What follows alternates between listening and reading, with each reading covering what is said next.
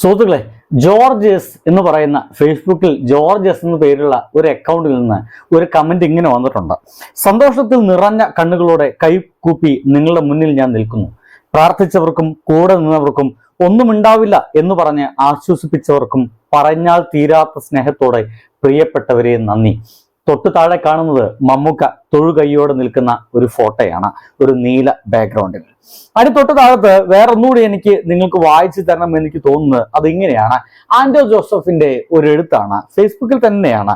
ലോകമെമ്പാടുമുള്ള ഒരുപാട് പേരുടെ പ്രാർത്ഥനയ്ക്ക് ഫലം കണ്ടു. ദൈവമേ നന്ദി നന്ദി നന്ദി. ആൻഡോ ജോസഫും അതുപോലെ തന്നെ നമ്മുടെ ജോർജസും കൂടി എഴുതിയിരിക്കുന്നത് വേറെ ആരെ കുറിച്ചിട്ടല്ല എന്ന് നിങ്ങൾക്കറിയാം, അത് നമ്മുടെ മമ്മൂക്കയെ കുറിച്ചിട്ടാണ്. മമ്മൂക്ക തിരിച്ചു വരാർ എന്നൊക്കെ പറയുന്ന രീതിയിൽ ആ ചെങ്ങാതി തിരിച്ചു വരുന്നു എൻ്റെ സുഹൃത്തുക്കളെ. മിക്കവാറും ഏറ്റവും റീസെന്റ് ആയിട്ട് ഇനി ഇറങ്ങാൻ പോകുന്ന കളങ്കാവൽ എന്ന് പറയുന്ന മമ്മൂക്ക വില്ലൻ വേഷത്തിലും നായകന്റെ വേഷത്തില് നമ്മുടെ വിനായകൻ ചേട്ടൻ അഭിനയിച്ച ആ സിനിമയുടെ പ്രൊമോഷന്റെ ഭാഗമായിട്ട് നമുക്ക് തീർച്ചയായിട്ടും മമ്മൂക്കയ്ക്ക് കാണേണ്ടി വരും.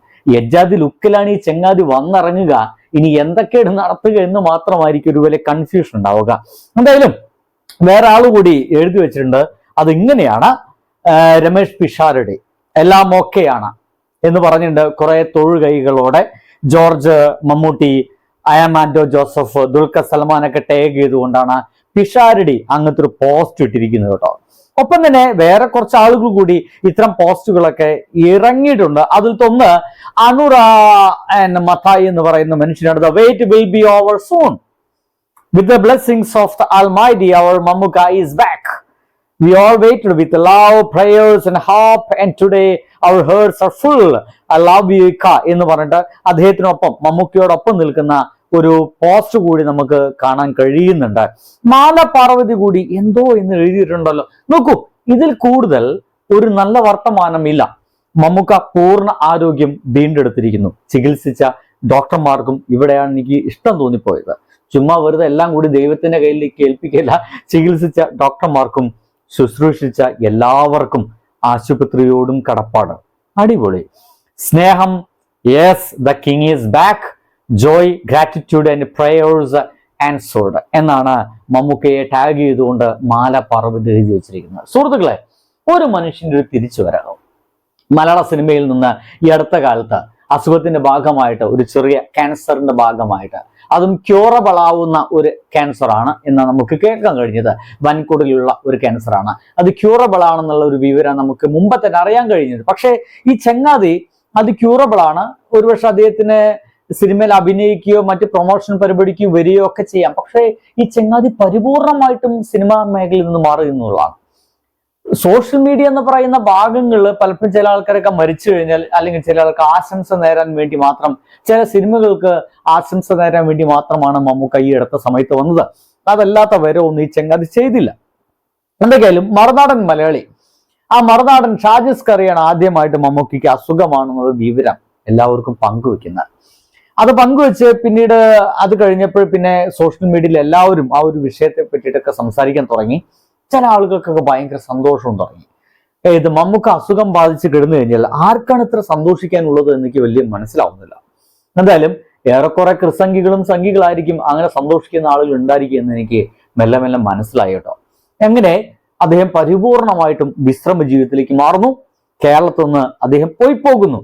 ചുമ്മാതല്ല പോയത്. കാരണം കേരളത്തിലാണെങ്കിൽ നിരന്തരം ഈ മനുഷ്യന്റെ അത്രയ്ക്ക് ഹൈലി പ്രൈവസി ആയിട്ടുള്ള ഒരു ലൈഫിലേക്ക്, ആ വിശ്രമ ജീവിതത്തിലേക്ക് ആളുകൾ കയറി നിരങ്ങും. അത് അദ്ദേഹത്തിന്റെ ആരോഗ്യത്തെയും അദ്ദേഹത്തിനെയും ഒപ്പമുള്ള ആളുകളുടെ മനസ്സമാധാനം കെടുത്തുമെന്നുള്ള കാര്യത്തിൽ സംശയമില്ല. അതുകൊണ്ട് തന്നെ അദ്ദേഹം നേരെ പോകുന്നു തമിഴ്നാട്ടിലേക്ക്. അവിടെ മകളോടൊപ്പം താമസിക്കുന്നു. മകളുടെ ഭർത്താവിന്റെ ഹോസ്പിറ്റല്, അദ്ദേഹം വർക്ക് ചെയ്യുന്ന ഹോസ്പിറ്റല് നല്ല ചികിത്സ നേടുന്നു. അവിടെ താമസിക്കുന്നു, സുഖപ്പെടുന്നു. ഇതാ നമുക്ക് കേൾക്കാവുന്ന വിവരം ഒരുപക്ഷെ നാളെ എന്ന നിലയ്ക്ക്, നാളെ എന്ന് വെച്ച് കഴിഞ്ഞാൽ നാളെ തന്നെ എന്ന നിലയ്ക്കാണ് മമ്മൂക്കയുടെ എൻട്രി എല്ലാവരും പ്രതീക്ഷിക്കുന്നത്. എനിക്ക് തോന്നുന്നത് ഇനി വരുന്നത് കളങ്കാവൽ എന്ന് പറയുന്ന ആ ഒരു സിനിമയുടെ പോസ്റ്റുമായിട്ടായിരിക്കും, അല്ലെങ്കിൽ അതിന്റെ പോസ്റ്ററല്ല, അതിന്റെ പ്രൊമോഷന്റെ ഭാഗമായിട്ടായിരിക്കും ഇദ്ദേഹം വരിക. ഇപ്പോ തന്നെ ചർച്ച ചെയ്യാൻ തുടങ്ങിയിരിക്കുന്നു കളങ്കാവലിലെ ചർച്ച എന്ന് വെച്ച് കഴിഞ്ഞാൽ ഇറ്റ്സ് വെരി ഇൻട്രസ്റ്റിംഗ്. അങ്ങനെ പറയാൻ കാരണം കസേരയിൽ ഇരിക്കുന്ന മമ്മൂട്ടിയെ സൂക്ഷിക്കണമെന്നാണ് ഇപ്പോൾ ഒരു പുതിയ, ഞാൻ ഈ മമ്മൂട്ടിയുടെ ഇരുത്തത്തെ കുറിച്ച് അദ്ദേഹം കസേരയിൽ ഇരിക്കുന്ന ആ ഒരു ഇരുത്ത രീതികളെ കുറിച്ച് ഞാൻ ഒരു വീഡിയോ ഇതിനു മുമ്പ് ചെയ്തിട്ടുണ്ടോ? ഇരുത്തം വന്ന മമ്മൂട്ടി എന്ന പേരിലാണ് അങ്ങനത്തെ ഒരു വീഡിയോ ഞാൻ ഇട്ടത്. എന്തായാലും കസേരയിൽ ഇരിക്കുന്ന മമ്മൂട്ടിയെ സൂക്ഷിക്കണം. കാരണം ഇതിനു മുമ്പ് കസേരയിൽ ഇരുന്നിട്ടുള്ളത് ഒന്ന് നമ്മുടെ ഭ്രമയുഗം എന്ന് പറയുന്ന ഒരു സിനിമയിലാണ് കസേരയിൽ ഇരുന്നിട്ടുള്ള ഒരു പോസ്റ്റർ നമ്മൾ കണ്ടത്. പിന്നെ ഭീഷ്മപർവം എന്ന് പറയുന്ന സിനിമയിൽ അങ്ങനെ കസേര ഇരുന്നു കൊണ്ടുള്ള ഒരു പോസ്റ്റർ നമ്മൾ കണ്ടിട്ടുണ്ട്. പണ്ടത്തെ ബിഗ് ബി എന്ന് പറയുന്ന ഒരു സിനിമയുണ്ട്, അതിലും ഇതേപോലെ കസേരയിൽ ഇരിക്കുന്ന ഒരു പോസ്റ്റർ. ഓരോ പോസ്റ്ററും വ്യത്യസ്തമാണ് കേട്ടോ. നമുക്കെയാണ്, അതുകൊണ്ട് പിന്നെ പറയേണ്ട ആവശ്യമില്ലല്ലോ, വളരെ വ്യത്യസ്തം. പിന്നെ റൊഷാക്ക് എന്ന് പറയുന്ന ഒരു സിനിമയിൽ അദ്ദേഹം വളരെ വ്യത്യസ്തമായിട്ട് ഇരിക്കുന്ന ഒരു പോസ്റ്റർ നമ്മൾ കണ്ടിട്ടുണ്ട്. വൺ എന്ന് പറയുന്ന സിനിമയിലും മമ്മൂക്കയുടെ അങ്ങനത്തെ ഒരു ദൃശ്യം കണ്ടതാണ്. ഇപ്പോഴത്തെ ഏറ്റവും അവസാനം നമ്മുടെ മുമ്പിലേക്ക് ഇനി വരാൻ പോകുന്ന കളങ്കാവൽ എന്ന് പറഞ്ഞ സിനിമയുടെ പോസ്റ്ററിലും ഈ ചങ്ങാതി ഒരു കസേരയിൽ ഇരിക്കുകയാണ്. ഓരോ ഇരുത്തവും വ്യത്യസ്തമാണ്.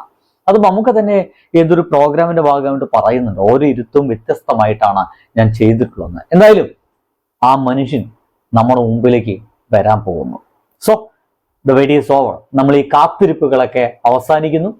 മമ്മൂക്ക് വരാൻ പോകുന്നു പുത്തൻ സിനിമകളായിട്ട്, പുത്തൻ വർത്തമാനങ്ങളായിട്ട്, പുത്തൻ അഭിനയ മുഹൂർത്തങ്ങൾ നമ്മൾ ആരാധകർക്ക് അല്ലെങ്കിൽ ഇഷ്ടപ്പെടുന്നവർക്ക്, മലയാളികൾക്ക് സമ്മാനിക്കാനായിട്ട്.